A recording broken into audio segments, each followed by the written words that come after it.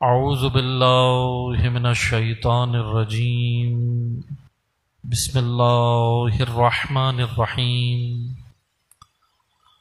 الحمد للہ رب العالمین الصلاة والسلام علی اشرف الانبیاء والمرسلین وخاتم النبیین سیدنا و مولانا علی رسولہ الکریم وأہل بیتہ الطیبین الطاہرین المعصومین المظلومین اما بعد فقال اللہ تبارک و تعالی فی کتابہ المجید وفرقانہ الحمید بسم اللہ الرحمن الرحیم انما یرید اللہ لیذہب عنکم الرجس اہل البیت ویطہرکم تطہیرا۔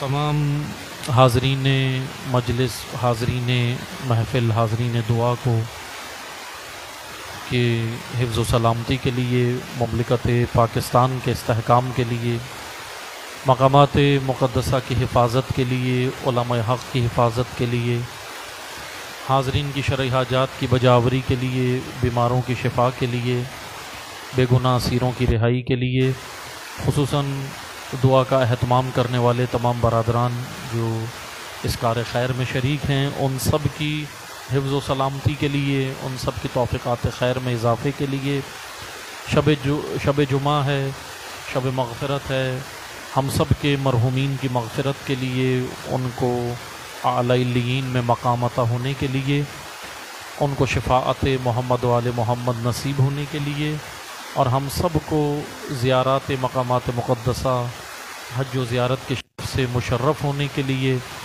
ظالمین کی نابودی کے لیے، مظلومین کی کامیابی کے لیے، اور امام عصر کے ظہور میں تعجیل کے لیے ایک بار بلندتر محمدی صلوات پڑھیے۔ محمد وآل محمد وآل۔ سب سے پہلے بارگاہ الہی میں شکر گزار ہیں کہ اللہ تعالیٰ نے ہم سب کو اپنی بارگاہ میں آنے کی توفیق دی۔ یقیناً یہ توفیق ہے اللہ کی جانب سے کہ آج شب جمعہ ہم بارگاہ خداوندی میں حاضر ہیں اور اپنی کمیوں کا، اپنی کوتاہیوں کا، اپنی ناقص اعمال کا ازالہ کرنے یہاں پر تشریف لائے ہیں۔ یقیناً یہ توفیق ہے، لطف الہی ہے، اور آپ کیونکہ خطاب کے بعد دعا بھی ہوگی انشاءاللہ، اور دعائے کمیل سے مستفید ہوں گے آپ۔ موضوع بھی ہمارا انشاءاللہ جو ابھی میں نے آپ کی خدمت میں بیان کرنا ہے، دعائے کمیل کے حوالے سے ہی ہے، کیونکہ خصوصیت کے ساتھ برادران نے کہا بھی تھا جو اہتمام کرتے ہیں دعا کمیٹی کے برادران نے، کہ دعائے کمیل کے اندر مطالب کیا ہیں۔ یقیناً کیونکہ خداوند تبارک و تعالیٰ کو معرفت کے ساتھ جو عبادت کی جائے وہ پسند ہے، معرفت کے ساتھ جو کی جائے، ہمیں معرفت ہو، ہم خدا کو اگر پکاریں تو ہمیں پتہ ہو کہ ہم کسے پکار رہے ہیں اور کیوں پکار رہے ہیں، کیا کرنے کے لیے پکار رہے ہیں، کیا کام ہے۔ پکارنا یعنی دستک دینا، دروازہ بجانا، ڈور بیل، جیسے ہم کسی کے جاتے ہیں تو ڈور بیل بجاتے ہیں، دروازہ بجاتے ہیں، لیکن کوئی کام ہوتا ہے تو پھر ہم دستک دیتے ہیں۔ لیکن بعض لوگوں سے ہمیں صرف ملنے کا شوق ہوتا ہے، کوئی کام نہیں ہوتا۔ یعنی ہماری کچھ ایسی دل عزیز شخصیات ہوتی ہیں، کچھ ایسے احباب ہوتے ہیں ہمارے، کچھ ہم جن سے ہم اتنی محبت کرتے ہیں، اتنی الفت رکھتے ہیں کہ ان سے کوئی کام نہ بھی ہو تو ہم کہتے ہیں بس ہم آپ کی زیارت کے لیے آئے تھے۔ ایسے ہی ہے نا، اس لیے جب آپ دروازہ دستک دیتے ہیں، اسی لیے ہم جب اللہ کی بارگاہ میں آئیں کیا سوچ کے آئیں کہ پروردگارہ مجھے کچھ نہیں چاہیے، تیری زیارت کا مشتاق ہوں، تیرے لطف کا مشتاق ہوں، تیرے کرم کا مشتاق ہوں۔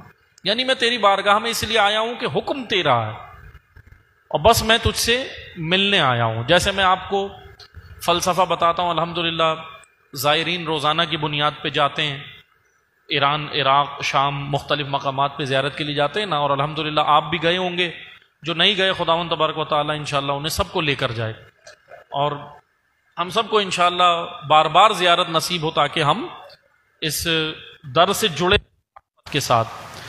زیارت جو ہم جاتے ہیں نا معصومین کی قبور کے اوپر، زیارت، لفظ زیارت کا معنی ہی حاضر ہونا ہے۔ لفظ زیارت کا معنی یہ نہیں ہے کہ ہم جا کے جو ہے اگر صرف چھوئیں گے ٹچ کریں گے تو ہی زیارت ہوگی، نہیں، حاضری، آپ نے مجھے بلایا میں آ گیا، حاضر ہونا، صرف حاضر ہونے کو کہتے ہیں۔ انہوں نے مجھے بلایا میں چلا گیا، حاضر ہو گیا۔ اللہ نے مجھے نماز کے لیے بلایا، اذان ہوئی نا، مؤذن نے کہا اللہ اکبر، تو اب میں حاضر ہو گیا۔ کیوں؟ کس کا حکم ہے؟ زبان مؤذن کی ہے، حکم اللہ کا ہے، اس لیے میں کس کے حکم پر لبیک کہہ رہا ہوں؟ مؤذن کو لبیک نہیں کہہ رہا، مولانا کو لبیک نہیں کہہ رہا، اللہ کو لبیک کہہ رہا ہوں، لبیک اللہم لبیک۔ جب میں حاضر ہوا، اچھا یہ حاضری میری عملی ہے، جیسے ہی اللہ اکبر کی صدا آئی میں کھڑا ہوا، میں نے ارادہ کیا، وضو کے لیے کھڑا ہوا، وضو کیا، پھر میں، یہ میرا عملی لبیک ہے جب میں آ کے مصلی پہ کھڑا ہوا۔ اسی طرح زیارات کا فلسفہ بھی یہی ہے کہ ہمیں وہاں بلایا ہے، کیا کیوں کرنے، کچھ اچھا بلایا جاتا ہے، کوئی کام بھی تو ہوتا ہے نا، کیوں بلایا ہے، کیوں بلایا ہے؟ اور معصومین تو وہ ہیں جو معاذ اللہ کوئی ایسا کام نہیں کرتے جس میں حکمت نہ ہو، حکمت والے کام ہیں، ان کے سارے کام کے اندر حکمت ہے، تدبیر ہے، پلاننگ ہے، بغیر حکمت کے وہ کوئی کام نہیں کرتے۔ اس لیے ہمیں وہاں اگر زیارات پہ بھی بلایا تو اس کی بھی ایک لاجک ہے، فلسفہ ہے۔ بہرحال میں ابھی زیارت کا موضوع نہیں ہے میرا، میں اس میں نہیں جا رہا، لیکن بس دو جملے کہہ کے میں دعائے کمیل پہ آؤں گا، کیونکہ اس کی ہم نے معرفت کے ساتھ انشاءاللہ دعائے کمیل جب آپ پڑھیں گے تو میں صرف، کیونکہ ظاہر سی بات ہے دعائے کمیل بڑی طویل ہے، شروع کے چند جملات جو ہیں میں کوشش کروں گا اس کی وضاحت ہو، اس کی تشریح اور تفسیر ایک طالب علم کی حیثیت سے آپ کی خدمت میں پیش کروں گا۔ زیارات کا مختصر سا فلسفہ یہی ہے کہ ہمیں، میں ایک اور جملہ بس بیان کر کے زیارت کے فلسفے پہ زیادہ گفتگو نہیں کروں گا۔ زیارت کا فلسفہ یہ ہے کہ مجھے اگر ملنے بلایا ہے تو جانے کا ایک ادب ہے، ان کی بارگاہ میں جانے کا ایک ادب ہے، وہ ادب ہم سب سیکھ لیں، الحمدللہ آتا بھی ہے لیکن مزید سیکھیں۔ کیا ادب ہے؟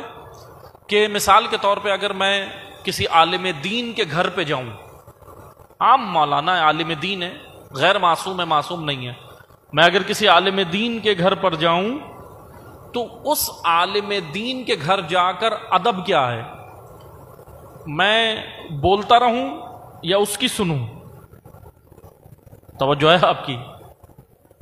ادب کیا ہے؟ ادب بھائی، اب معذرت کے ساتھ جو بے ادب ہوتے ہیں وہ تو پھر ہم ان کی بات ہی نہیں کر رہے، بے ادب تو پھر وہ خیال ہی نہیں کرتے، لیکن بعض لوگ جو بہت با ادب ہوتے ہیں، جن کو پتہ ہوتا ہے کہ کس کے ساتھ کیسے بیٹھنا ہے، کیسے گفتگو کرنی ہے۔ عالم دین کے ہم گھر میں گئے ہیں ملنے، ملاقات کے لیے، تو ادب یہ ہے کہ آپ بیٹھیں، سنائیں کم، سنیں زیادہ۔ چلے میں آپ کو ایک حدیث بھی سنا دیتا ہوں، اصول کافی میں امیر المومنین علی ابن ابی طالب علیہ الصلوۃ والسلام کی حدیث ہے، اللہم صلی علی محمد وعلی۔ امیر المومنین فرماتے ہیں عالم کی مثال درخت کی طرح ہے، بڑی خوبصورت حدیث ہے، باب حق العلماء کے اندر، ایک عالم کی مثال درخت کی طرح ہے، درخت۔ راوی نے پوچھا مولا مثال سمجھ نہیں آئی، وضاحت، تھوڑی مزید وضاحت ہو۔ امیر المومنین نے کہا درخت پہ پھل لگے ہوتے ہیں، درخت کے نیچے بیٹھ جاؤ، خاموشی سے انتظار کرو پھل کب گرے گا۔ یہ تو درخت کی مثال دی نا امام نے، یعنی ایک عالم کی مثال اس درخت کی طرح ہے کہ آپ اس کی بارگاہ میں جب جاؤ، اس سے ملاقات جب کرو تو زانوئے ادب طے کر کے بیٹھ جاؤ، وہ جو پھل دے گا اس پھل کا نام علم ہے، علم آپ کی خدمت میں، ہدایت، علم و ہدایت سے آپ کو وہ مستفید کرے گا، آپ بیٹھ جاؤ۔ یہ تو عالم کی مثال امام نے دی نا۔ اب آئیں اسی مثال سے ہم آئیں گے مطلب کی جانب۔ ایک عالم کی بارگاہ میں جانے کا ادب یہ ہے کہ بولو کم، سنو زیادہ۔ تو پھر جب معصوم نے ہمیں زیارت پہ بلایا، معصوم نے جب ہمیں زیارت پہ بلایا تو وہاں جانے کا ادب بھی یہی ہے کہ ہم معصوم کو اتنی معذرت کے ساتھ میں اپنی بات کر رہا ہوں، ہم سناتے زیادہ ہیں، مولا یہ ہو گیا، مولا یہ ہو گیا، مولا یہ ہو گیا۔ اگر ہم وہاں جا کے ادب کے ساتھ سنیں تو معصوم ہمیں بہت کچھ دینا چاہتے ہیں، وہ لے کر آئیں جو وہ دینا چاہ رہے ہیں، وہ جو دینا چاہ رہے ہیں۔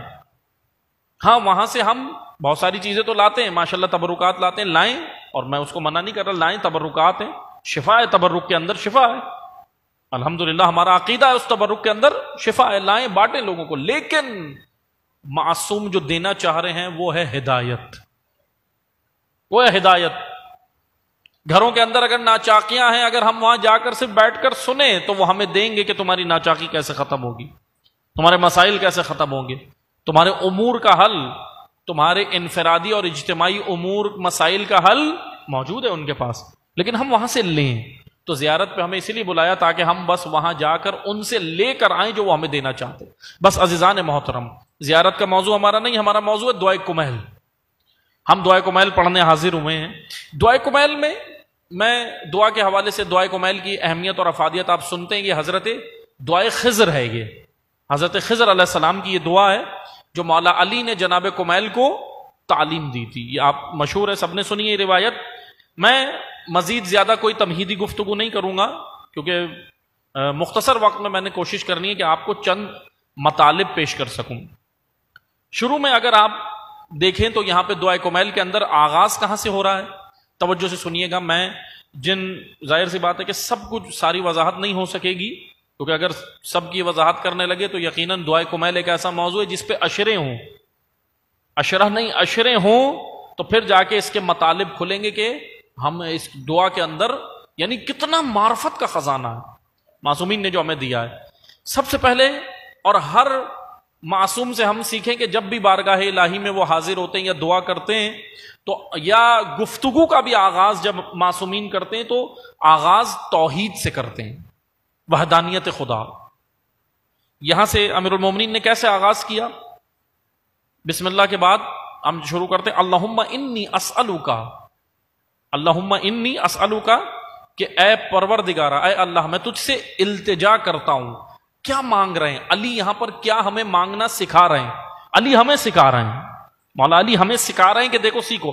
علی ہمارے ٹیچر ہیں، ہم سب اسٹوڈنٹ ہیں نا، امیر المومنین ٹیچر ہیں، مربی ہیں، تربیت کرنے آئے ہماری، تو ہم نے سیکھنا ہے۔ اللہم انی اسألوکا برحمتک التی وسعت کل شیء۔ یہ وہ مطالب ہیں، میں ان مطالب کے حوالے سے کہ آج ان مطالب کو دوسرے غیر مسلم وہ سمجھ رہے ہیں، اور ان مطالب کو جو دعاؤں میں، حدیثوں میں، روایات میں جو مطالب اور قرآنی آیات میں جو مطالب بیان ہوئے ہیں ان کے اوپر تحقیق کر کے، ریسرچ کر کے آج دنیا کہاں پہنچ گئی ہے۔ ترقی جو انہوں نے کی ہے وہ ان مطالب سے کی ہے۔ ہم سمجھتے ہیں ترقی کا راز شاید ادھر ادھر دیگر تھیوریز جو ہمیں نظر آتی ہیں ان میں نہیں ہے۔ خود اعتراف کر رہے ہیں بعض، آج خود اعتراف کر رہے ہیں کہ ترقی کا راز آج اگر کسی کے پاس ہے تو وہ حضرت جعفر صادق علیہ الصلوۃ والسلام ہے۔ اللہم صلی علی محمد وعلی محمد، یعنی امام کی تعلیمات سے ہیں۔ اب آئیں یہاں پر امیر المومنین کیا کہہ رہے ہیں؟ برحمتک التی، میں تجھے تیری رحمت کا واسطہ دے کر سوال کرتا ہوں، التجا کرتا ہوں۔ کس چیز کا واسطہ دے رہے ہیں امام؟ رحمت کا۔ وسعت کل شیء، کون سی رحمت؟ جس کی وسعت اتنی ہے، جس نے کل شیء، جس نے ہر چیز کو گھیرے ہوئے۔ تیری رحمت کی وسعت اتنی ہے کہ جس نے ہر چیز کو گھیرے ہوئے، یعنی کوئی بھی چیز تیری رحمت سے باہر نہیں ہے۔ وَبِقُوَّتِكَ الَّتِي قَهَرْتَ بِهَا كُلَّ شَيْءٍ، تیری اس قوت کا واسطہ دیتا ہوں جس سے تجھے ہر چیز پر قاہری حاصل ہے، قدرت حاصل ہے۔ قہرتا، پہلے رحمت کا واسطہ، پھر اس کے بعد قوت کا، قدرت کا واسطہ۔ یہ تمام چیزیں میں ابھی صرف میں پڑھ رہا ہوں، پھر آگے وضاحت کروں گا۔ کون سی قوت، کون سی تیری قدرت؟ وَخَضَعَ لَهَا كُلَّ شَيْءٍ، جس کے سامنے ہر چیز خاضع ہے، جھکی ہوئی ہے، فروتنی ہے۔ خاضع انکساری، فروتنی، تواضع۔ خاضع انسان وہاں پر ہوتا ہے جہاں یہ مان لے کہ اب اس کے علاوہ میرا کوئی چارہ نہیں ہے، وہاں خاضع ہو جاتا ہے، وہاں تواضع دکھاتا ہے۔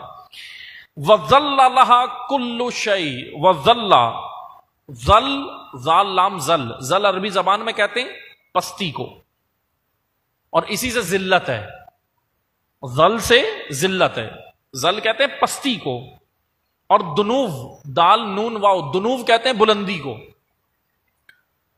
عزیز عزت اور ذلت یہ جو دو چیزیں ہیں نا، عزت، اب عزت کا معنی بلندی، عزت اگر انسان میں آئے تو بلندی ملتی ہے، ورنہ عزت کا معنی بلندی نہیں ہے، عزت کا معنی بلندی نہیں ہے۔ عزت یا عزا، اب عزت جو ہے وہ اس کا مادہ کیا ہے عربی میں؟ عزا، عین زا، عز یا عزا، عزیزہ یا عزا، ارض عزیزہ عرب لوگ اس زمین کو کہتے تھے کہ جس کے اندر اتنی سختی ہو کہ وہ کسی بھی چیز کو اپنے اندر انہیل نہیں کر سکتی، اس کو ارض عزیزہ کہا جاتا تھا، عربی زبان میں عرب لوگ کہتے تھے، لغت کے اندر جو کہا جاتا ہے۔ اب عزت کسے کہتے ہیں؟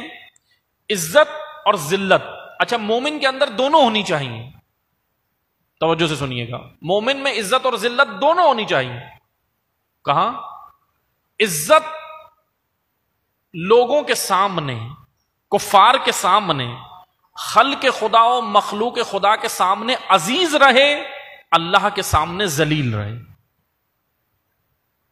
یعنی دونوں یہ بنیادی چیزیں وجود میں ہونی چاہیے۔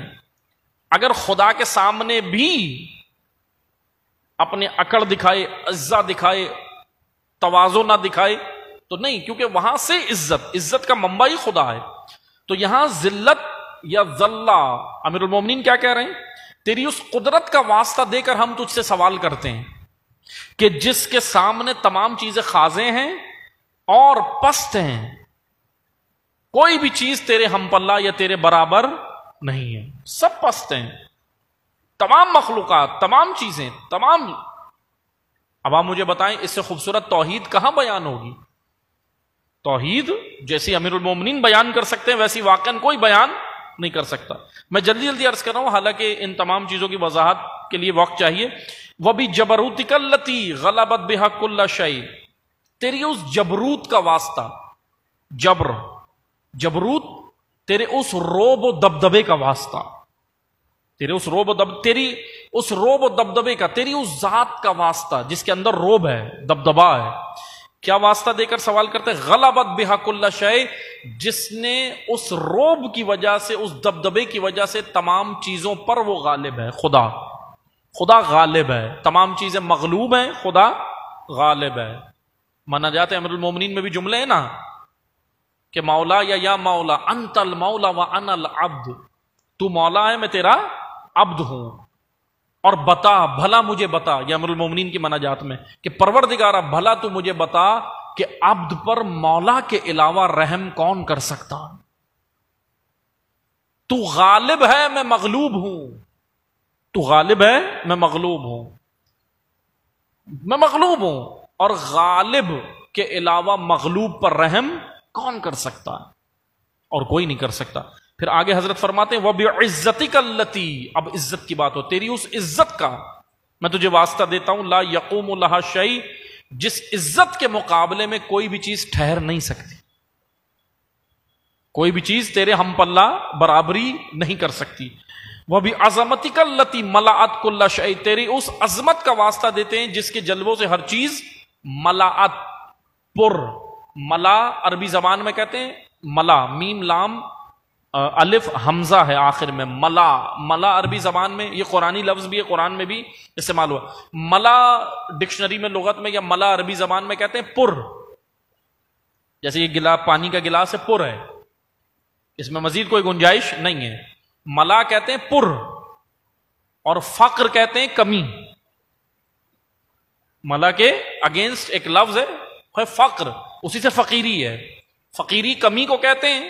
ملا پر طبقہ، یعنی ایسا پر طبقہ جس کے پاس مال وال سب ہے، عیش و عشرت سے گزر۔ اب یہاں پر ملا کا میں نے معنی عرض کیا، لیکن آگے چلتے ہیں۔ وَبِعَظَمَتِكَ الَّتِي مَلَأَتْ كُلَّ شَيْءٍ، تیری اس عظمت کا واسطہ جس کے جلووں سے یعنی جس کی ملا سے ہر چیز پر ہے. اب یہاں میں تھوڑی سی وضاحت کروں گا, ہر چیز پر سے مراد کیا ہے؟ امیر المومنین ہمیں کیا سمجھانا چاہ رہے ہیں؟ پر سے مراد یہ ہے, پر ملا کا معنی کیا ہے؟ پر ہے, کوئی گنجائش نہیں ہے. پر سے مراد یہ ہے کہ تو نے دنیا کا قانون سسٹم جیسا جچتا تھا ویسا ہی بنایا ہے, اس میں کوئی کمی نہیں ہے.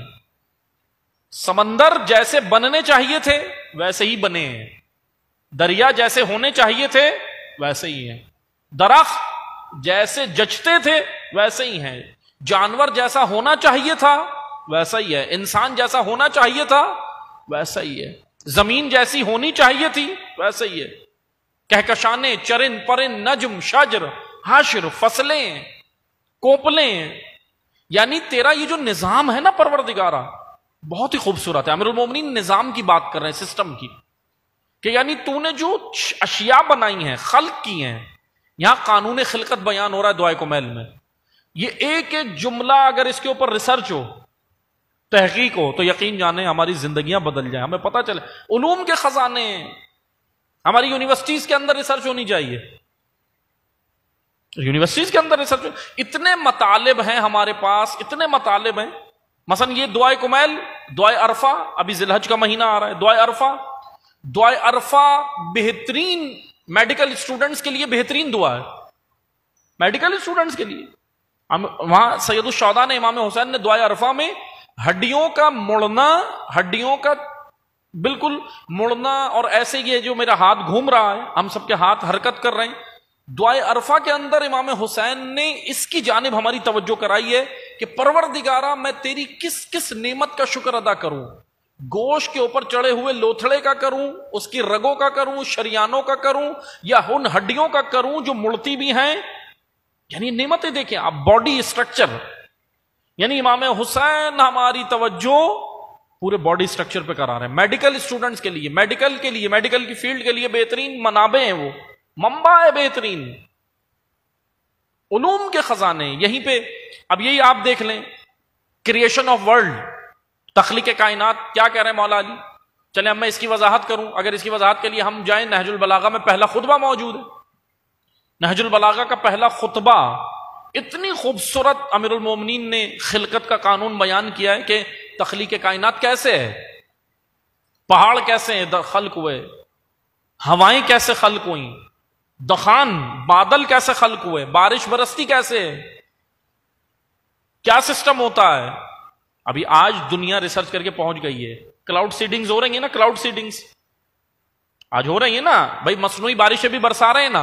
مصنوعی بارشیں, سب سے پہلی مصنوعی بارش 1946 کے اندر تحقیق کر کے ایک سائنٹسٹ نے کیا تھا, یہ اوپر گیا تھا اور اس کے اندر جو ہے وہ, لیکن وہ ساری وہ آئس برگ لے کے گیا اور پھر اس نے کام کیا. لیکن یہ توجہ کس نے کرائی تھی کہ بادل, یہ جو آپ کو اوپر بادل نظر آ رہا ہے, ہمارے سر کے اوپر جو بادل ہے جو ہمیں اس آنکھ سے نظر آتا ہے, وہ نہیں برستا, اس کے اندر نہیں ہوتا پانی, برستا اس کے اوپر والا بادل ہے. جو آئس برگز ہوتی ہیں, آئس برگز ہوتی ہیں برف کے, وہ ہوتے ہیں. پھر وہ بہرحال پورا ایک سسٹم ہے, ابھی میں پوری سائنس میں نہیں جا رہا کہ وہ کس طرح برستا ہے. وہ نیچے گرتا ہے, نیچے گرنے کے بعد ان وہ جو مثلا برف کے گولے بنتے ہیں, آئس برگ کے اندر جو برف کے تودے ہوتے ہیں وہ گرتے ہیں ان بادلوں پہ, پھر ان بادلوں سے گر کے نیچے آتے ہیں, آتی اوپر سے بارش تودوں کی صورت میں ہے, سارے برف کے تودے ہوتے ہیں. لیکن پھر ہوا جہاں ٹھنڈی ہوتی ہے وہاں برف گرتی ہے, جہاں گرم ہوتی ہے وہاں وہ پگھل کے آگے پانی بن جاتا. کون برسا رہا ہے, کس کا یہ اتنا خوبصورت نظام ہے؟ امیر المومنین کیا کہہ رہے ہیں, میں تیری کس کس نعمت کا شکر ادا کروں. کہاں توجہ کرا رہے ہیں, وہ بھی عظمتک التی ملأت, تیری عظمت اتنی ہے کہ ہر چیز بہترین ہے. علی جیسا امام معرفت کی کس منزل پہ ہوگا, علی کس منزل پہ ہوں گے علی؟ وہ کہہ رہے ہیں, یہ کوئی عام آدمی نہیں کہہ رہا, یہ کوئی ہم جیسا طالب علم نہیں کہہ رہا کہ تیری ہر چیز بہترین ہے. یہ وہ کہہ رہا ہے کہ جو معرفت کے عرفان کی اس منزل پر ہے کہ وہاں پہنچ کے کہتا ہے کہ یقین کے میں اس منزل پہ پہنچ چکا ہوں کہ یقین کے اعلیٰ درجے پر ہیں. امیر المومنین کس درجے پر امیر المومنین پہنچ کے کہہ رہے ہیں کہ میں تیری اس عظمت کا واسطہ دیتا ہوں جس کی وجہ سے تو نے تمام کائنات کو خلق کیا ہے. آپ دیکھ لیں، مختلف چیزوں میں جائیں، ریسرچ کریں، تحقیق کریں، زمین خدا موجود ہے. جائیں، میں خصوصاً ماشاءاللہ جوانان بیٹھے، جوانوں سے اس لیے عرض کروں گا، تحقیق، ریسرچ. آج معذرت کے ساتھ علم ہے ہمارے، عالم دین مدرسے میں پڑھے گا عالم بنے گا، یونیورسٹی میں جائے گا ڈاکٹر بنے گا، انجینئر بنے گا، سب بنے گا، لیکن ایک شعبہ بالکل بنے، تحقیق. ڈاکٹر سے جا کے پوچھیں بھائی یہ مرض ہو گیا ہے، یہ فلاں مرض ہے، یا آپ بتا دیں، وہ کہیں گے ہم صرف ٹریٹمنٹ پہ جاتے ہیں، تحقیق پہ نہیں جاتے. کیوں بھائی؟ تحقیق شعبہ ہے. کیوں ہوا یہ مرض؟ کیا ہے اس کے پیچھے کیا کیا وجوہات ہیں؟ یعنی جب سد باب پہلے ہی کر دیا جائے تو مرض ہی نہیں ہوگا. لیکن ایک ڈاکٹر آپ کو کیا جواب دے گا کہ ٹریٹمنٹ. اول تو بہت سارے جواب ہی نہیں دیتے، صرف کہتے ہیں یہ دوا لیں اور جائیں اپنا کام کریں. لیکن آپ سوال کر لیں تو کہتے ہیں وہ ٹریٹمنٹ ہم کرتے ہیں. کیوں؟ کیونکہ معذرت کے ساتھ یہ شعبے ہیں ہی نہیں. ہمارے ملک میں تو کم از کم یہ بند ہی ہو گئے. عالم دین مدرسے میں 14 سال 20 سال پڑھا، اس سے پوچھیں کیا تھا، وہ آ کے صرف ہمیں یہ بتائے گا کہ شیخ صدوق نے یہ کہا تھا، شیخ مفید نے یہ کہا تھا، شیخ کلینی نے یہ کہا تھا، علامہ ہلی نے یہ کہا تھا، باقر مجلسی رحمت اللہ علیہ نے یہ کہا تھا. سب سر آنکھوں پہ، سب اساتید ہیں، سب استاد ہیں، سر آنکھوں پہ. لیکن یہ بتاؤ اے حجت الاسلام والمسلمین، آپ نے کیا کہا ہے ابھی تک 15 سال میں؟ آپ کی کوئی تحقیق ہے؟ آپ کی کوئی ریسرچ ہے؟ حجت الاسلام والمسلمین تو لگا ہے نا، پوسٹر پہ تو لگا ہے نا، لیکن آپ کی کیا تحقیق ہے؟ آپ نے کتنا سوچا ہے؟ وہ جو آپ نے ایک روایت پڑھی، حضرت امام رضا علیہ الصلوۃ والسلام کیا فرما رہے ہیں؟ اللہم صلی علی محمد وآل محمد. عیون الاخبار الرضا میں شیخ صدوق نے جو کتاب عیون الاخبار الرضا میں امام رضا فرماتے ہیں کہ 1000 حدیثیں جمع کرنے والے سے بہتر وہ ہے جو ایک حدیث میں غور و فکر کرتا. فقی بنتا ہے، فقی، غور و فکر، تحقیق، ریسرچ. اس لیے ریسرچ بہت ضروری ہے. آج ہمارے ہاں جب سے ریسرچ کا شعبہ ہی نہیں ہے، یا بند ہو گیا، یا ہم اس کی جانب توجہ نہیں دیتے. امیر المومنین ہر امام اپنی تعلیمات میں کہہ رہا ہے تحقیق، تحقیق. سوچو، یہ مجھے یہ بدن ملا ہے، کیوں ملا ہے؟ میں نماز پڑھتا ہوں، کیوں پڑھتا ہوں؟ آبا و اجداد کی وجہ سے میں شیعہ ہوں؟ نہیں، ایسا شیعہ علی کو نہیں چاہیے. آبا و اجداد شیعہ تھے، میں بھی شیعہ ہوں. جدی پشتی شیعہ علی کو نہیں چاہیے.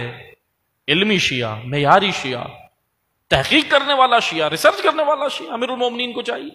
ہم یہاں دیکھیں امیر المومنین ہماری توجہ کرا رہے ہیں. ہم جو دعا کی کتاب لے کر بیٹھے ہیں، ہم جو ہر جمعرات پڑھتے ہیں، ہم جو ہر شب جمعہ پڑھتے ہیں، اس میں دیکھیں مولا ہمیں کیا کہنا چاہ رہے ہیں. امیر المومنین کہہ رہے ہیں جاؤ تحقیق کرو کہ اللہ کی نعمتیں کیسے ہیں، روئے زمین پر نکلو، دیکھو کہ اس نے کیسے خلق کیا. پھر آگے فرماتے ہیں وَبِسُلْطَانِكَ الَّذِي عَلَى كُلَّ شَيْءٍ. میں نے ابھی یہ سمجھے کہ یہ جو ملأت کل شے تھا اس کی وضاحت نہیں کی، صرف 2-4 چیزیں بیان کی ہیں، ورنہ ابھی اگر وضاحت پہ آ جائیں تو پھر تخلیق کائنات کا موضوع ایک بہت طویل موضوع کہ کیسے یہ خلق ہوا ہے، کیا ہے سسٹم اللہ کا، کس طرح یہ نظام چل رہا ہے. کیونکہ آج کل ہمارا موضوع تو طوفان ہے نا، کراچی والوں کا موضوع پاکستان میں طوفان ہے. طوفان کے اوپر بھی تحقیق ہے نا کہ کیسے ہو رہا ہے، کیا ہو رہا ہے، کیا سسٹم ہے، کیوں بن رہا ہے، کیسے ہوگا، کیسے آتا ہے، کیا ہوتا ہے، کیوں نہیں ہوتا. یہ شعبے ہیں باقاعدہ، ہونے چاہیے. تحقیق کریں، تحقیق کریں. میں بار بار اس لیے کہہ رہا ہوں کہ ہمارے معصومین ہمیں عاقل دیکھنا چاہتے ہیں، بے وقوف نہیں. بے وقوف نہیں پسند مولا کو، معذرت کے ساتھ یہ میں نہیں کہہ رہا، امیر المومنین خود کہہ رہے ہیں بے وقوف نہیں علی کو پسند. بے وقوفوں نے علی کو رلایا ہے، نہج البلاغہ ہے. بے وقوفوں نے علی کو رلایا ہے، بے شعوروں نے علی کو رلایا ہے. امیر المومنین کو جو رلائے وہ بے شعور ہے، بے شعوروں نے رلایا. علی کہہ رہے ہیں مجھے باشعور چاہیے، ایسا پیروکار جس میں شعور ہو. پھر آگے فرماتے ہیں وَبِسُلْطَانِكَ الَّذِي عَلَى كُلِّ شَيْءٍ. تیری اس سلطنت کا واسطہ جسے ہر چیز پر بالادستی ہے. تیری سلطنت سے باہر کچھ بھی نہیں ہے کچھ خدا کی سلطنت سے باہر جو کچھ عالم نہیں علام. کتنے علام ہیں، کتنے عالم ہیں دنیا میں. ابھی ہم ایک عالم کی بات کر رہے ہیں، ہم نظام شمسی کا حصہ ہیں، چھوٹا سا ارتھ، زمین نظام شمسی کا ایک چھوٹا سا حصہ ہے نا. عالم نہیں، علام. سائنس جہاں تک پہنچی ہے ہم یہ نہ سمجھیں کہ عالم ہی اتنے نہیں. سائنس اپنے یہاں تک پہنچی ہے، انسان یہاں تک پہنچا ہے کہ بھئی یہ ہے مارس ہے، اور جو ہے وہ زمین ہے، ارتھ ہے، چاند ہے، سورج ہے، اور وہ سیارے ہیں، کہکشانے، اتنے سیارے، اتنے کہکشانے. اور یہ لیکن کیا عالم اتنا ہی ہے؟ نہیں، علام ہے۔ امیر المومنین کہہ رہے ہیں تیری سلطنت تمام چیزوں پر ہے۔ وَبِوَجْهِكَ الْبَاقِي بَعْدَ فَنَاءِ كُلِّ شَيْءٍ، صرف تیرا چہرہ باقی رہے گا، باقی سب کچھ ختم ہونے والا۔ وجہ خدا، اللہ کی عظمت، اللہ کا چہرہ صرف وہی باقی رہنے والا ہے، باقی سب کچھ فنا ہو جائے گا، باقی صرف تیری ذات ہے۔ وَبِأَسْمَائِكَ الَّتِي مَلَأَتْ أَرْكَانَ كُلِّ شَيْءٍ، تیرے اسماء حسنہ جو ہر شے کا جز و جزر ہیں۔ اسماء خدا یہ سب معرفت کے دروازے ہیں۔ میں جلدی جلدی آگے بڑھ رہا ہوں۔ وَبِعِلْمِكَ الَّذِي أَحَاطَ بِهِ كُلِّ شَيْءٍ، تیرے اس علم کا واسطہ جس نے ہر چیز کا احاطہ کیے ہوئے، محیط ہے، ہر چیز اس کے اندر محیط ہے۔ وَبِنُورِ وَجْهِكَ الَّذِي أَضَاءَ لَهُ كُلَّ شَيْءٍ، تیرے اس نور کا، تیرے اس جلوے کا واسطہ جس سے ہر چیز روشن ہے، نور کا واسطہ۔ بس میں یہ ایک پیراگراف ہے امیر المومنین نے جو سب سے پہلے یہ پیراگراف دیا، پھر آپ کیا پڑھتے ہیں؟ یا نور و یا قدوس۔ اب آگے یا اول الاولین و یا آخر الاخرین، یہ حمد و ثنا ہے پروردگار کی۔ اب امیر المومنین کا، بس میں یہ زیادہ وضاحت نہیں کروں گا، مختصر وقت میں جلدی جلدی پڑھ رہا ہوں۔ پہلا چیپٹر امیر المومنین نے دعا کا آغاز کیا توحید، کریشن آف ورلڈ، تخلیق کائنات سے، حمد کی پروردگار کی، اور پھر اس کے بعد لوگوں کو دعوت دی کہ کریشن آف ورلڈ کی جانب جاؤ، دیکھو کہ پروردگار عالم نے کیسے خلق کی۔ اب جو دوسرا پیراگراف ہے یا نور و یا قدوس کے بعد، اس کی حمد و ثنا کے بعد، اب جو دوسرا پیراگراف ہے وہ ہے بارگاہ الہی میں حاضر ہونے کا ادب۔ کیا ادب ہے؟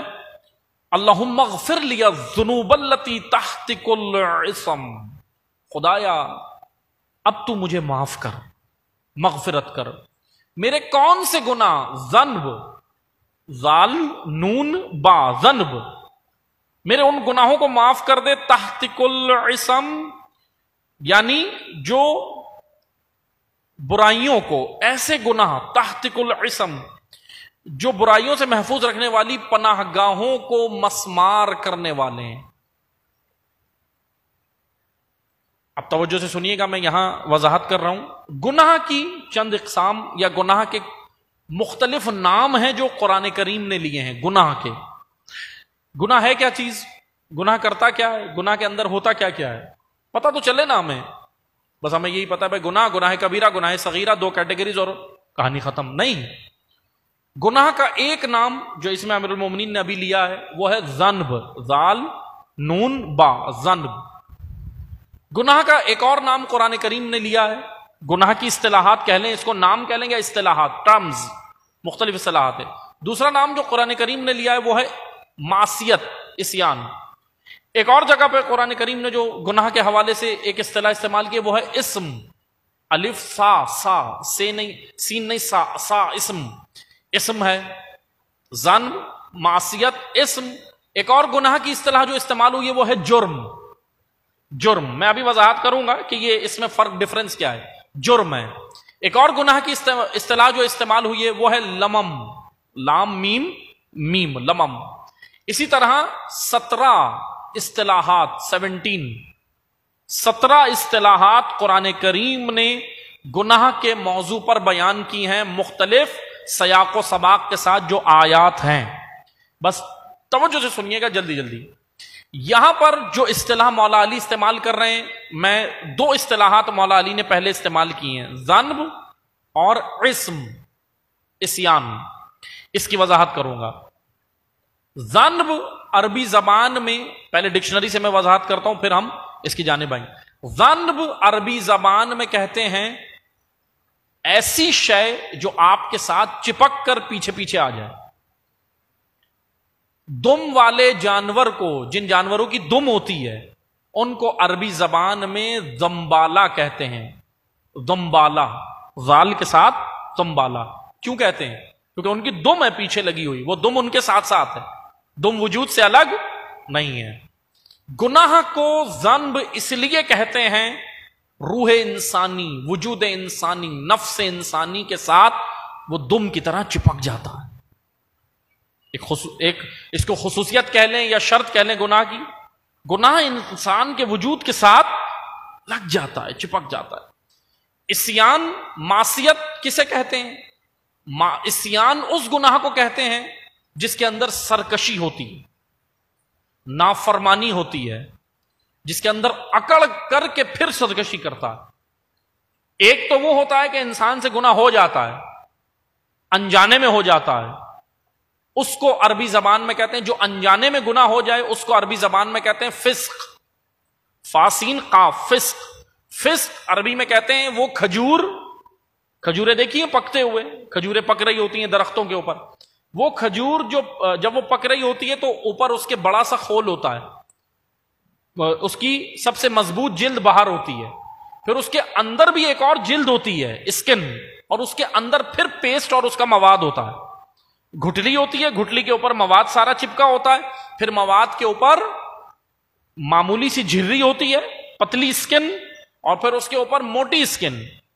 جب ہم کھاتے ہیں تو انشاءاللہ روزہ کھولیں کھائیں، لیکن تھوڑا سا غور بھی کریں، کھانے سے پہلے اس کو اٹھا کے دیکھا بھی کریں کہ بھئی اس کے اندر کتنی اسکن ہے۔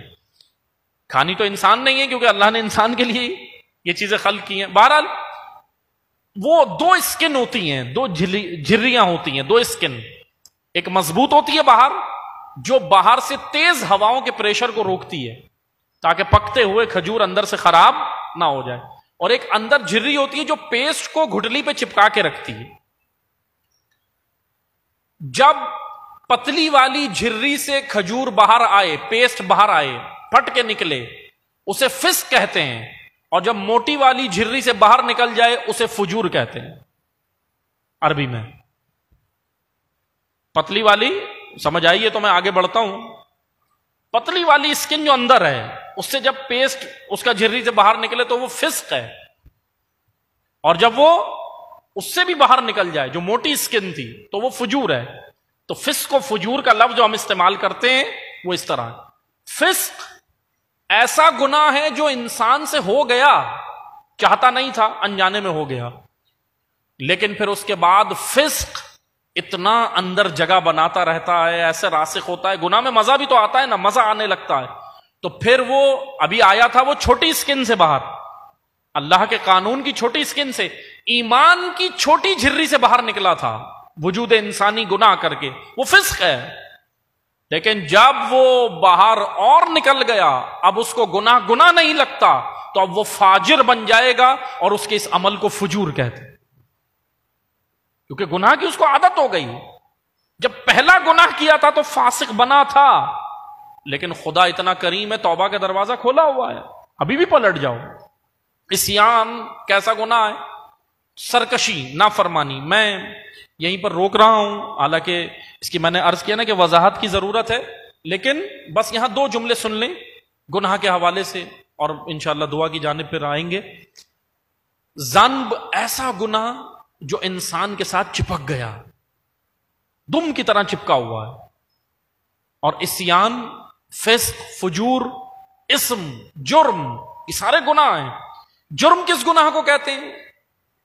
کل جرم اجرمتو، اس میں جرم کا بھی ذکر ہے دعائے کمیل میں۔ ایک جگہ مولا نے کہا کہ اللہم اغفر لی الذنوب التی کل ذنب، یعنی ذنب، ایک جگہ ذنب، ایک جگہ عصیان، ایک جگہ جرم۔ اب جرم کیا ہے؟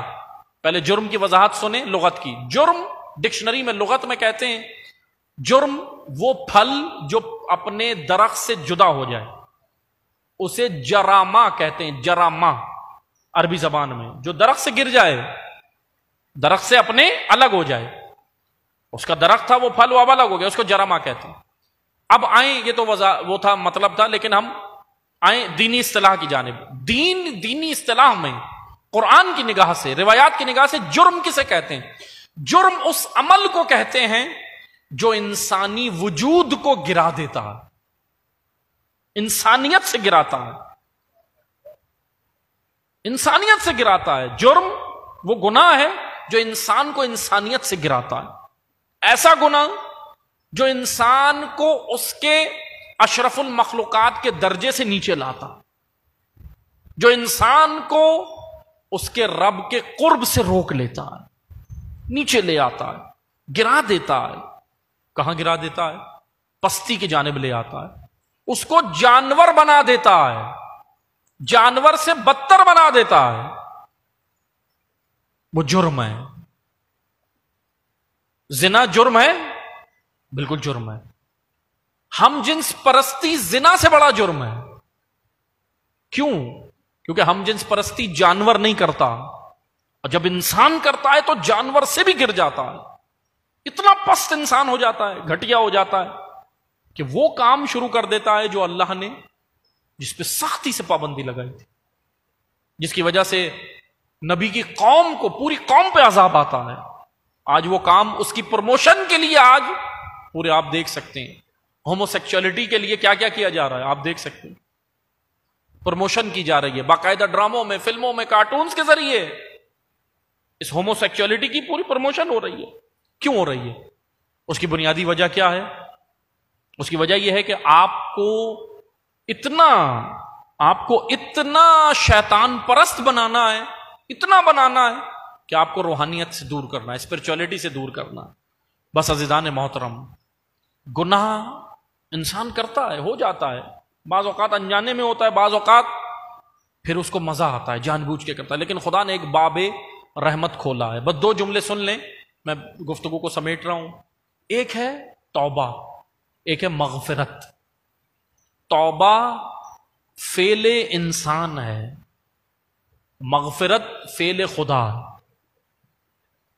توبہ میں نے اور آپ نے کرنی ہے، مغفرت خدا کرے گا، لیکن شرط یہ ہے کہ جب توبہ کرو گے تب مغفرت ہوگی، ورنہ نہیں ہوگی۔ اچھا، مغفرت کیا چیز ہے؟ مغفرت کا میں سادہ سا معنی عرض کر رہا ہوں، کوئی اصطلاحات استعمال نہیں کر رہا، کوئی علمی معنی نہیں، سادہ سا۔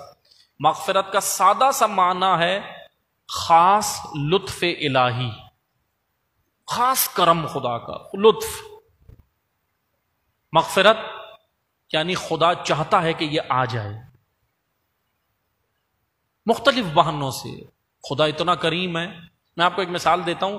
عرب لوگ جب اسلام سے بھی پہلے عرب لوگ جانتے ہیں کیا کرتے تھے؟ گھوڑے، کیونکہ گھوڑا عربوں کا پسندیدہ جانور ہے، گھوڑا بھی پسندیدہ جانور ہے، اونٹ بھی، گھوڑے بھی پالتے تھے، بڑے اصیل گھوڑے ہوتے تھے، نسلی گھوڑے، اور عرب آج تک اس کے شوقین ہیں۔ عرب گھوڑے پالتے تھے۔ میں ایک اصطلاح بتا رہا ہوں جو عرب وہاں پہ استعمال کرتے تھے، عرب لوگ قبل از اسلام، بہت یعنی ہزاروں سال پہلے کی بات۔ کیا اصطلاح استعمال کرتے تھے کہ گھوڑے کو جب استبل میں باندھتے تھے، استبل ہوتا تھا گھوڑوں کا جہاں پہ وہ اس کو پرورش کرتے تھے، باندھتے تھے، گھوڑے کو باندھتے تھے۔ گھوڑا ایک وہاں پہ، اب آج کا مجھے معلوم نہیں ہے، لیکن اس وقت جو ہم نے جو پڑھا تھا وہ میں آپ کو بتاؤں کہ اس وقت ہوتا یہ تھا، اس تاریخ کے واقعے کے اندر یہ ملا کہ اس میں ایک خاص موسم آتا تھا عرب علاقوں کے اندر، اور ایک مکھی نما جانور ہوتا تھا، اتنا بڑا سا، زیادہ بڑا نہیں، اتنا ہوتا تھا، مکھی کی طرح کا جانور ہوتا تھا، اور وہ گھوڑے کو کاٹتا تھا، اس کا ہدف ہی ہوتا تھا گھوڑے کو کاٹنا، اور وہ اتنا خطرناک جانور، وہ اتنا خطرناک کاٹتا تھا کہ اس کے کاٹنے سے گھوڑے کی موت بھی واقع ہو جاتی، اس کے گھوڑے کی موت واقع ہوتا۔ اب وہ جانور جو تھا، وہ حشرہ جو تھا، جو حشرہ تھا، وہ جب گھوڑے کو کاٹتا تھا تو گھوڑا ایک عمل کرتا تھا، گھوڑا درد سے، کیونکہ ظاہر سی بات ہے وہ اتنا خطرناک وہ کاٹتا تھا کہ اس سے گھوڑے کی موت ہو جاتی تھی، تو گھوڑا درد سے آپے سے باہر ہو جاتا تھا، اپنے آپے سے باہر ہو جاتا تھا، یعنی کیا کرتا تھا؟ اچھلتا تھا، مارتا تھا، اور آپ کو پتا ہے گھوڑا کیسا جانور ہے، جب آپے سے باہر ہو جائے کنٹرول کرنا بہت مشکل ہوتا ہے، 4-5 آدمی بھی، 10 آدمی بھی مل کے چاہیں بہت مشکل ہو جاتا ہے، جانور میں اتنی طاقت خدا نے رکھی۔ تو گھوڑا کیا کرتا تھا؟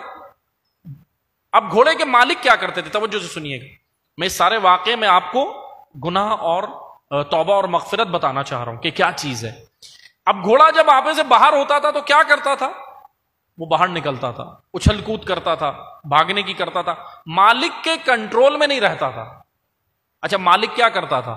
مالک گھوڑے کو نہیں چھوڑتا تھا، مالک گھوڑے کو کنٹرول کرنے کے لیے اس وقت کی جو بھی مٹیریل ان کے پاس ہوتا تھا، جیسے آپ دیکھتے ہیں آج ٹریفک پولیس کے پاس ہوتے ہیں بیریئر لگانے کی چیزیں ہوتی ہیں، اس وقت ان کے پاس جو بھی مٹیریل ہوتا تھا، لکڑیاں، دیگر چیزیں، اس کو وہ گھوڑے کے اطراف میں لگاتے تھے۔ وہ چاہتے تھے کہ یہ اسی حدود کے اندر گھوڑا رہے، باہر نہ جائے، تاکہ ہم اس کا علاج کر لیں۔ حدود کے اندر رکھ کے مالک چاہتا تھا میں اس کا علاج کر لوں. گھوڑے کو نہیں پتا کہ میرے لیے یہ کتنی کارآمد ہے یہ، کیونکہ گھوڑا اپنے درد سے ہنہنا رہا ہے، گھوڑا اپنے درد سے، وہ اس کو اپنا درد ہے، اس کو نہیں پتا کہ مالک اس کے ساتھ کیا چاہ رہا ہے. بعض اوقات وہ پھر ہوتا کیا تھا، پھر مالک اس کو کنٹرول، ایک ٹائم ایسا آتا تھا کہ مالک اسے کنٹرول کر لیتا تھا. اب توجہ سے سنیے گا، گھوڑے کے ہنہنانے کے عمل کو جب وہ ہنہناتا تھا، اچھل کود کرتا تھا، مالک کے کنٹرول سے گھوڑا جب باہر ہوتا تھا، اس کو عرب لوگ ایک اصطلاح استعمال کرتے تھے اس وقت عرب، وہ کہتے تھے کہ گھوڑا آسی ہو گیا ہے. آسی، عین الف صاد یا، آسی یعنی گھوڑے کے اندر نافرمانی آ گئی ہے، سرکشی آ گئی ہے، اپنے مالک کے کنٹرول میں نہیں رہا. عرب کہتے تھے گھوڑا آسی ہو گیا ہے، اور مالک جو اس کو کنٹرول کرنے کے لیے مالک جو جال بچھاتا تھا، عرب کہتے تھے یہ اس کے لیے غفر ہے. غین فا را، غفر، غفر سے مغفرت ہے. مالک کو غفران کہتے تھے، جال کو غفر کہتے تھے، اور اس عمل کو مغفرت کہتے تھے عرب لوگ، تاکہ وہ گھوڑا مالک کے کنٹرول میں آ جائے. عزیزان محترم، اللہ، اب یہ مثال تھی نا ساری، یہ ساری مثال تھی مطلب کی جانب آئیں، مطلب کی جانب آئیں. میں اور آپ کنٹرول سے باہر ہو جاتے ہیں، مالک کے کنٹرول سے نہیں ہو جاتے، آسی ہو جاتے ہیں. کہاں چلے جاتے ہیں؟ حدود الہی توڑ دیتے ہیں. پھر خدا جال بچھاتا ہے، ہبالہ، عربی میں اسے ہبالہ کہتے ہیں. ہبالہ، ایسا جال خدا بچھاتا ہے کہ وہ جال کبھی شب جمعہ کی صورت میں آتا ہے، کبھی پنجگانہ اذان کی صورت میں وہ جال ہوتا ہے. آؤ کوئی پھنسے گا اس جال میں، پھنسنا چاہتا ہے اس جال میں؟ اللہ اکبر جو مؤذن کہتا ہے، خدا کہتا ہے آ جا اے میرے بفرے ہوئے آسی بندے، اے میرے سرکش بندے، آ جا، ابھی بھی وقت ہے، کنٹرول ہو جا، یہاں آ جاؤ. یہ جال خدا نے بچھایا ہے، یہ مسجد خدا کا جال ہے، یہ امام بارگاہ خدا کا جال ہے. کبھی وہ خدا عزاداری کا اہتمام کرواتا ہے، کبھی وہ حسین پہ رونے بلا لیتا ہے. آؤ، آسی ہو گئے تھے نا، آسی ہو گئے تھے، سرکش ہو گئے تھے، تو آؤ ہر کو یاد کر کے رو لو، ہر کو یاد کر لو. ہر کیسا کنٹرول ہوا؟ ہر بھی تو سرکش ہو گیا تھا نا، ہر بھی تو باہر نکل گیا تھا نا. لیکن آؤ، خدا کے بندوں نے، خدا کے ایک بندے نے، خدا کے عبد خدا نے، جس کا نام حسین ابن علی ہے، ایسا جال بچھایا کہ ہر کھچتا چلا آیا. یہ تھا محبت کا جال، یہ تھا الفت کا جال، یہ تھا بھائی چارگی کا جال، یہ تھا جال وہ جو حسین ابن علی کے پاس ہے. بس عزیزان محترم، دعا کریں، دعا کے اندر معرفت کے ساتھ دعا کریں. یہ میں بس یہاں گفتگو کو میں تمام کر رہا ہوں، دعا معرفت کے ساتھ کریں. پکاریں خدا کو، اس طرح پکاریں جیسے علی پکارتے تھے، جیسے علی پکارتے تھے، اس طرح پکاریں جیسے زہرا نے پکارا تھا. بیت الحزن میں بھی زہرا پکارتی تھی، روتی تھی بابا کے بعد، روتی تو تھی سیدہ بابا کے بعد، لیکن معرفت الہی میں کوئی فرق نہیں آیا. کیسے پکارتی تھی؟ آئیں، جس طرح حسین ابن علی نے عرفات کے میدان میں کھڑے ہو کے پکارا تھا. دعائے عرفہ بھی ابھی آپ پڑھیں گے انشاءاللہ ذی الحج میں. حسین ابن علی نے پکارا، جس طرح سید سجاد نے پکارا، یا رب ارحم ضعف بدنی، میرا بدن واقعا کمزور ہے، یا رب ارحم ضعف بدنی، بہت ضعیف ہے. اگر کوئی مالک اس کو کنٹرول کر سکتا ہے تو وہ فقط تو ہے، وہ فقط تو ہے. بس عزیزان محترم، یہ جال بچ گیا ہے، اب ایک اور جال آپ کی طرف آ رہا ہے، پھنس جاؤ اس میں. ایام عزا، محرم، عزائے حسین ابن علی، لیکن معرفت کے ساتھ، شعور کے ساتھ، بیداری کے ساتھ اس طرح عزا برپا کرنی. دعا کرتے ہیں اللہ تعالی ہمیں حقیقتاً پروردگارہ ہمیں معرفت کے ساتھ اپنی عبادات کی توفیق عطا فرما.